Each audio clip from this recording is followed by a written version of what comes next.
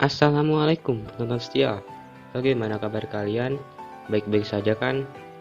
Ketemu lagi dengan saya Admin Reza.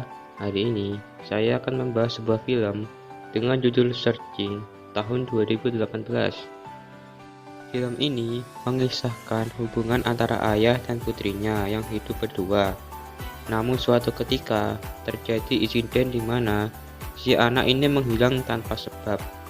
Hal tersebut membuat ayahnya panik dan mencoba segala cara, dan dari sinilah keseruan itu dimulai. Sebelum memulai pembahasannya, peringatan bagi kalian kalau video ini mengandung unsur spoiler. Jadi disarankan untuk menonton filmnya dulu sebelum menyimak video ini. Oke, tanpa lama-lama langsung saja kita ke pembahasannya.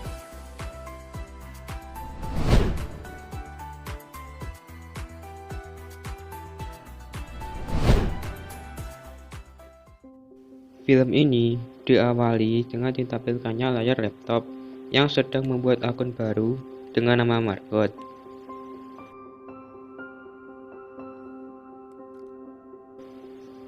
Lalu scene dilanjutkan dengan ditampilkannya video keseharian dari sebuah keluarga bahagia.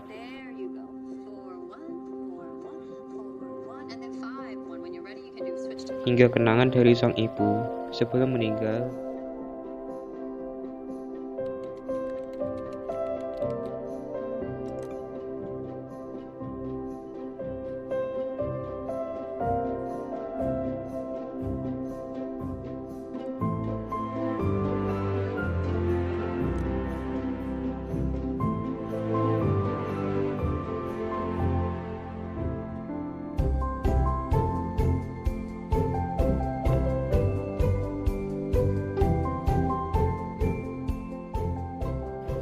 Kemudian, kita diperlihatkan ke sebuah video call di mana sang ayah khawatir dengan kondisi anaknya yang mendapat nilai jelek saat ujian.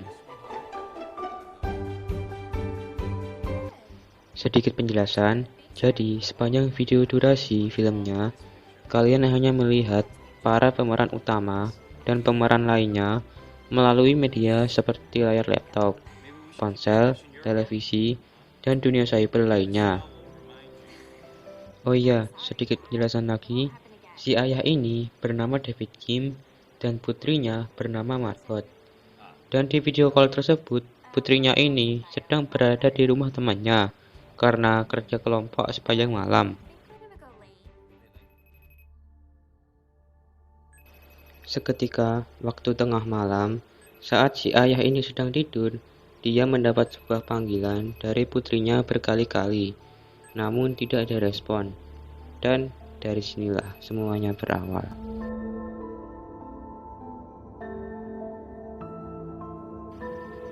Hingga keesokan harinya, si ayah mencoba menghubungi putrinya untuk meminta maaf dan memastikan putrinya berangkat ke sekolah. Singkat cerita, waktu mulai menunjukkan pukul 3.30 dan terlihat pesan dari ayahnya belum dibalas. Si ayah lalu menghubungi guru dari les piano putrinya, dan ternyata si ayah terkejut karena Margot atau putrinya tidak masuk sekolah hari itu, dan dia sudah berhenti dari les piano tersebut 6 bulan lalu. Si ayah lalu menghubungi saudaranya dan teman-teman putrinya lewat media sosial, namun hasilnya nihil karena media sosial milik putrinya diprivasi dan dia tidak pernah membagikan nomor telepon temannya kepada David atau ayahnya. Sang ayah lalu menghubungi salah satu teman dekat istrinya dan diketahui kalau Margot sedang pergi camping di sebuah gunung bersama Ishak atau anak dari ibu tersebut. Hingga suatu ketika, David mendapatkan panggilan dari Ishak, dan Ishak berkata kalau putrinya tidak pernah datang ke camping bersama dia, dan bahkan dia tidak merespon Ishak ketika diundang.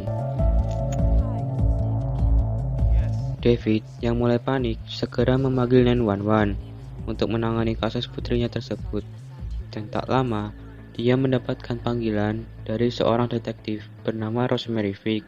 Dia adalah seorang anggota kepolisian yang pernah memperoleh penghargaan besar karena prestasinya.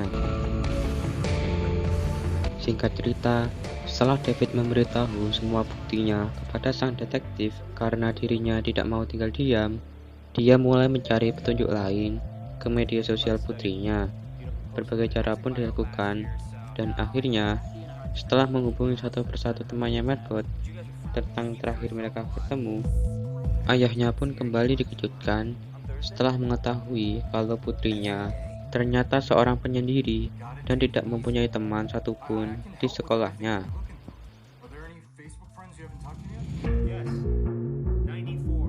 Sang ayah yang mulai bingung harus berbuat apa, karena selama ini dia mengira mengenal putrinya lebih dari yang lain. Dia lalu menghubungi salah satu teman putrinya dan diketahui kalau putrinya suka bermain Tumblr atau situs layanan blogging dengan banyak fitur. Tak lama kemudian, David lalu mendapatkan rekaman CCTV dari si detektif dan diperlihatkan kalau putrinya pergi dengan mobil ke sebuah jalan dengan membawa uang sebanyak $2.500 atau setara dengan 37 juta rupiah. Dari sini bisa disimpulkan kalau Margot melakukan hal tersebut kemungkinan dengan tujuan untuk melarikan diri. Setelah melakukan searching beberapa kali ini David menemukan sebuah rekaman vlogging dan diperlihatkan kalau putrinya sering mengobrol dengan seorang wanita berinisial Fish and Chip. Dan setelah melakukan investigasi, ternyata tidak ada satupun yang tahu letak putrinya berada saat ini, termasuk si Fish and Chips tersebut. Ketika David mulai pasrah, secara tidak diduga, ia akhirnya mulai mengerti tempat keberadaan putrinya ketika putrinya pergi menaiki mobil malam itu. Setelah keesokan harinya, kita diperlihatkan sebuah berita tentang mobil yang jatuh ke danau yang diduga adalah milik sang anak atau putrinya tersebut. Dan setelah melakukan pencarian, diketahui kalau tubuh dari sang korban telah menghilang atau tidak ditemukan. Tim SAR mulai melakukan pencarian besar-besaran yang melibatkan banyak orang atau warga, dan meskipun cuaca sedang hujan, penyelidikan pun tetap dilanjutkan.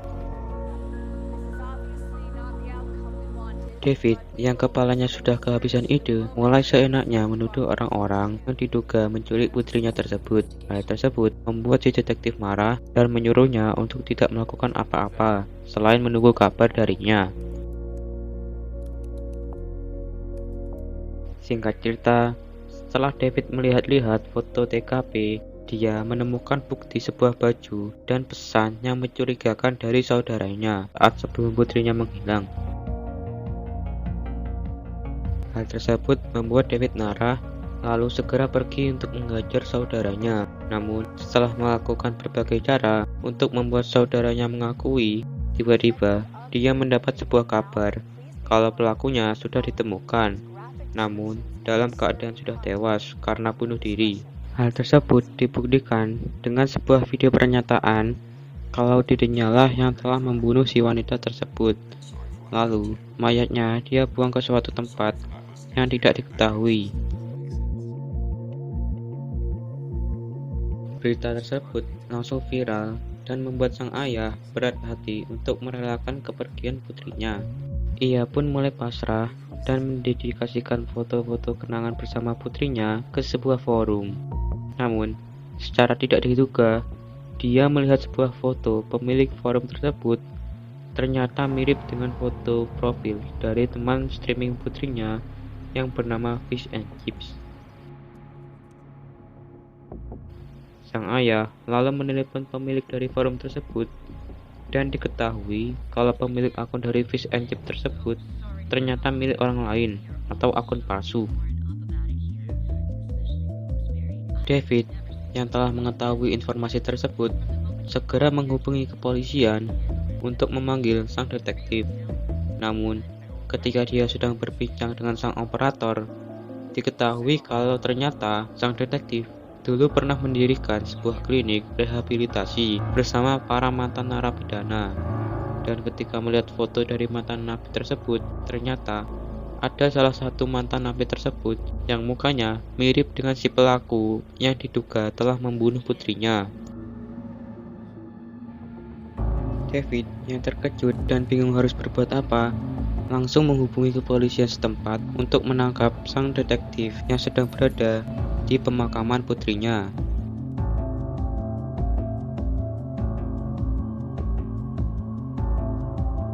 Singkat cerita, si detektif pun ditangkap. Lalu, setelah diinterogasi, dia pun mulai mengakui semua perbuatannya.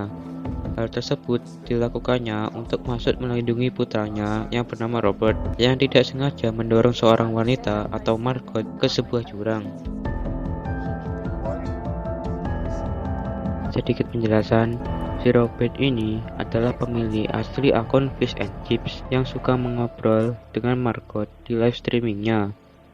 Mereka sudah saling kenal selama 6 bulan dan si Robert ini menyukai Margot.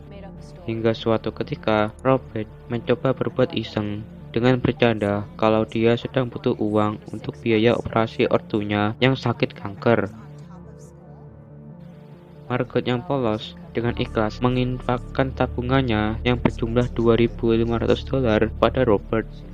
Namun, karena Robert sedang bercanda, dia ingin mengembalikan uang tersebut kepada Margot. Namun, ketika sampai di tempat Margot menghilang, Robert secara tidak sengaja menghisap asap ganja yang membuat dirinya bertingkah aneh. Hal tersebut membuat Margot takut dan lari ke tepi jurang. Robert yang takut dikira melakukan hal aneh kepada Margot langsung mengejarnya dan secara tidak sengaja dia mendorong Margot hingga jatuh ke tepi jurang. Kembali ke ceritanya, si detektif pun yang tahu kejadian tersebut mencoba melindungi putranya dengan membuat rekayasa seolah-olah kejadian tersebut adalah kasus penculikan yang dilakukan oleh orang lain, mulai dari membuang mobilnya ke danau, penyelidikan, hingga membohongi berita kalau timnya sudah menyelidiki tempat Margot jatuh. Setelah menginterogasi lebih lanjut tentang tindakannya tersebut, akhirnya diketahui kalau masih ada harapan Margot masih hidup.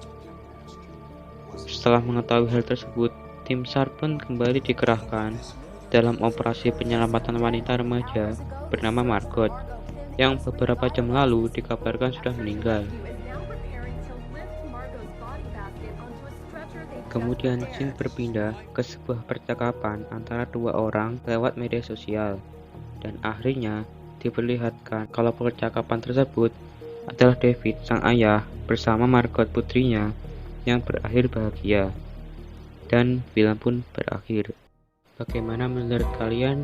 Apakah masih belum paham? Oke, biar saya jelaskan. Jadi, film ini bercerita tentang David Kim, seorang ayah yang tengah kehilangan anak semata wayangnya bernama Margot Kim. David pun melaporkan peristiwa kehilangan putrinya pada pihak keamanan. Kemudian, dia mendapat bantuan dari seorang detektif untuk memecahkan masalah kehilangan anaknya. Namun, dalam waktu 37 jam, Margot enggak kunjung ditemukan hingga David punya jalan sendiri untuk menemukan putrinya. Dan terakhir, ternyata dalang dibalik kasus tersebut adalah putra dari si detektif. Dan karena si detektif gak tega melihat putranya di penjara, akhirnya dia turun tangan. Jadi itu saja untuk pembahasan kali ini. Dan bila ada kesalahan kata atau suara, mohon dimaklumi ya. Dan sampai jumpa untuk di video selanjutnya.